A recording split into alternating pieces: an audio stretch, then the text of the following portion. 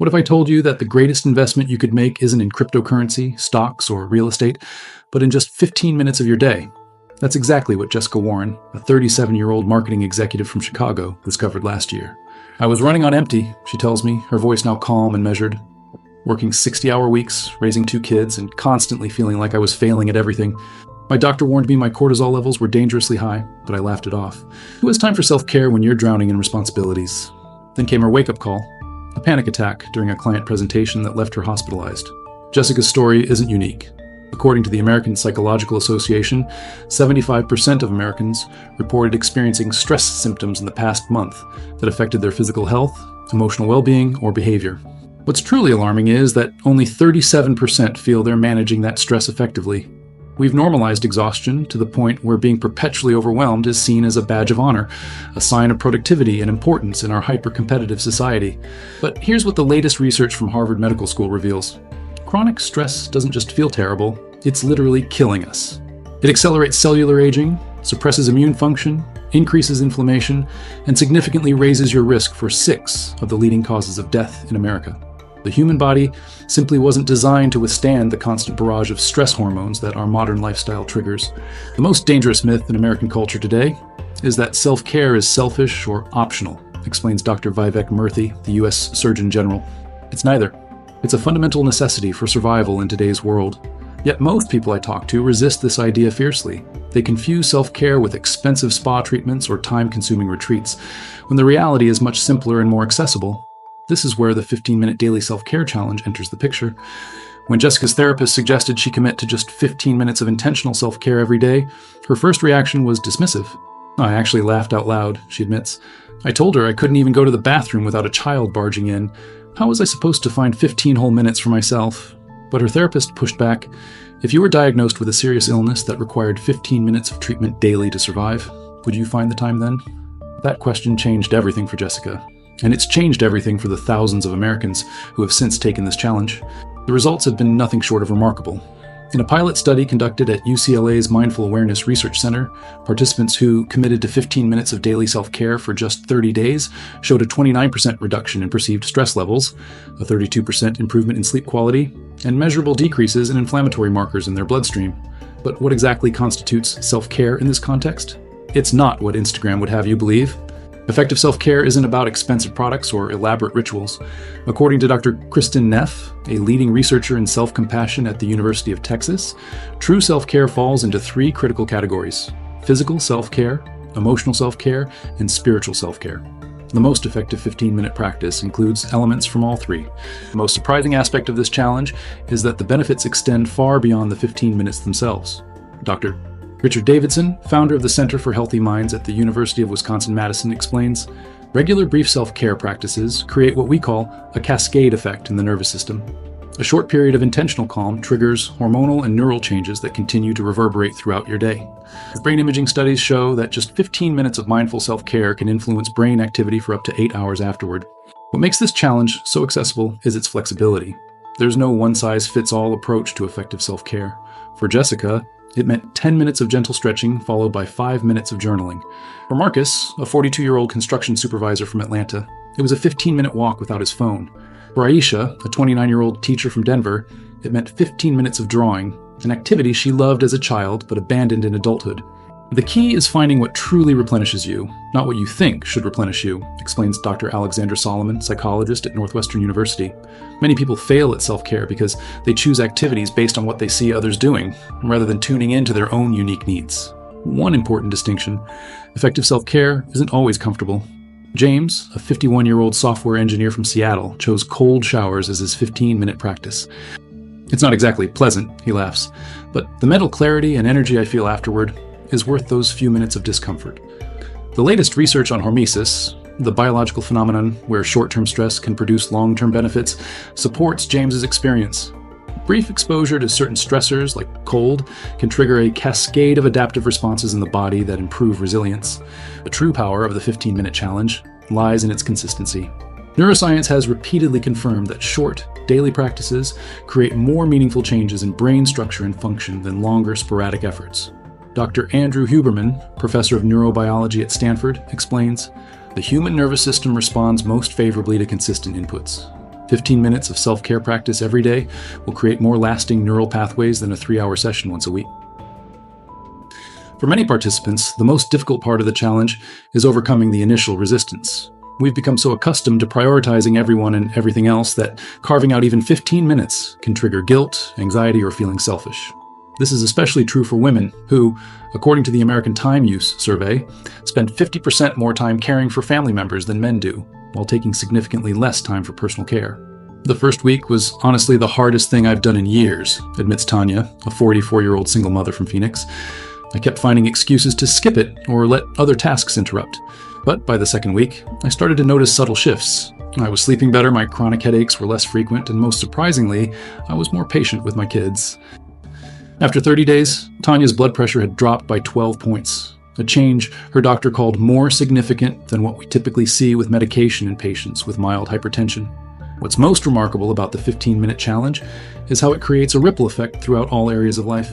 Psychologists call this the upward spiral, the opposite of the downward spiral many of us are familiar with. When you consistently invest in your well-being, even briefly, you build emotional and physical resources that make you more resilient to stressors. This resilience then allows you to make better choices, which further enhances your well-being. Consider the experience of Keith, a 39-year-old financial analyst who described himself as permanently exhausted. His 15-minute practice was simple meditation. The changes weren't dramatic at first, he recalls. But by week 3, I noticed I was making completely different food choices without really trying. The afternoon energy crashes that used to send me straight to the vending machine just weren't happening anymore. By the end of the 30-day challenge, Keith had naturally cut his caffeine consumption in half and lost 7 pounds, despite making no conscious effort to diet. This phenomenon is supported by research in the emerging field of neuroendocrinology, which studies how the brain and hormones interact. Dr. Sarah Gottfried, Harvard-trained physician and author, explains, even brief periods of mindful self-care can reset your hypothalamic pituitary adrenal axis, which governs your stress response. When this system is balanced, it has profound effects on hunger hormones, energy regulation, and even decision-making capabilities. The workplace impact is equally significant. A study conducted by the American Institute of Stress found that companies that encouraged a 15-minute daily self-care break saw a 28% reduction in absenteeism and a 31% decrease in healthcare costs associated with stress-related conditions. Productivity metrics improved as well, with employees reporting greater focus, creativity, and job satisfaction. Jessica, the marketing executive we met earlier, experienced this firsthand.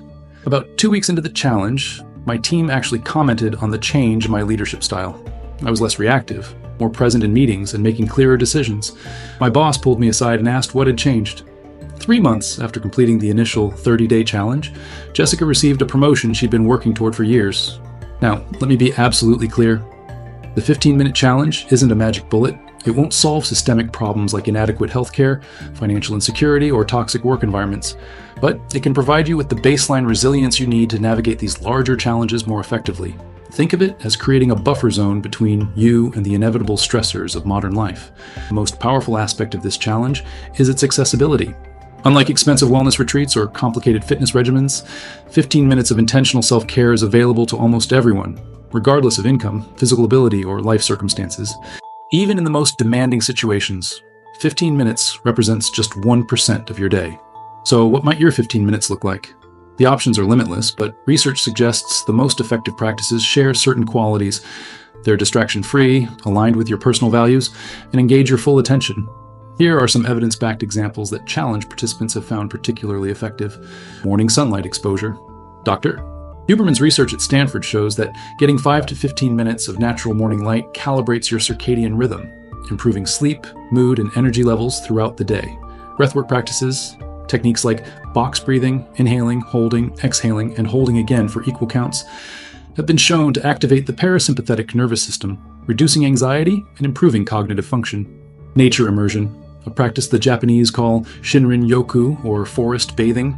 Even brief exposure to natural environments has been shown to lower cortisol, blood pressure, and heart rate while improving immune function. Movement snacks, short bursts of physical activity, even just 15 minutes of walking, stretching, or bodyweight exercises can significantly impact metabolic health, mood, and cognitive performance. Expressive writing. Spending 15 minutes journaling about emotions, experiences, or gratitude has been shown to improve everything from immune function to wound healing rates to sleep quality. The key is personalization.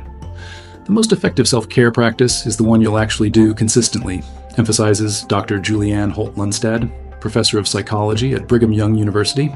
Well, the specific activity matters less than the intentionality behind it and the consistency with which you practice it. For those skeptical that such a small-time investment could yield meaningful results, consider this. A landmark study published in The Lancet found that just 15 minutes of moderate exercise daily increased lifespan by an average of 3 years. The researchers concluded that every additional minute of activity provided additional benefit. The same principle applies to mental and emotional self-care practices. The challenge does come with a warning, however. Many participants report what psychologist Dr. Tal Ben-Shahar calls the paradox of self-care. Once you experience the benefits, you may be tempted to extend your practice beyond 15 minutes, potentially setting yourself up for failure. The power of this approach lies in its manageable scope, Dr. Ben-Shahar explains. It's better to maintain 15 minutes daily than to attempt 30 minutes and abandon the practice when life gets hectic. I'd like to address the skeptics directly for a moment. If you're thinking, this sounds nice, but I genuinely don't have 15 minutes to spare, I want to challenge that belief. The average American spends 144 minutes, nearly 2.5 hours, on social media daily. We spend 3 hours and 43 minutes watching television. We check our phones 96 times a day. That's once every 10 minutes. The issue isn't a lack of time, it's a matter of priorities. And this isn't meant to induce guilt, but rather to highlight an opportunity. Even reclaiming just 15 minutes from these largely passive activities could transform your physical and mental health. The 15-minute challenge has gained traction across diverse demographics precisely because it addresses the greatest barrier to self-care, the perception that we don't have time for it. By focusing on a duration that's both meaningful and manageable, participants discover that self-care isn't a luxury, it's a necessity they can actually fulfill. As Dr. Murthy says, small acts of self-care aren't selfish. They're essential investments in your ability to care for others and contribute to the world. This perspective shift is perhaps the most valuable outcome of the challenge. I invite you to join the thousands of Americans who have transformed their health and well-being through this simple but powerful practice. For the next 30 days, commit to just 15 minutes of intentional self-care. Choose activities that resonate with you personally, not what social media or wellness influencers suggest you should do. Document your experience. Notice not just the major shifts, but the subtle changes in your energy, mood, relationships, and decision-making. Share your journey in the comments below. Your story might be exactly what someone else needs to hear to begin their own practice. If you found value in learning about the 15-minute self-care challenge, consider subscribing to this channel for more evidence-based strategies to optimize your health and well-being. I'm committed to cutting through the noise of wellness trends to bring you practical tools that actually work. No expensive products or complicated protocols required. Remember, substantial change doesn't always require substantial time. Sometimes, the most profound transformations begin with just 15 minutes and the courage to prioritize yourself.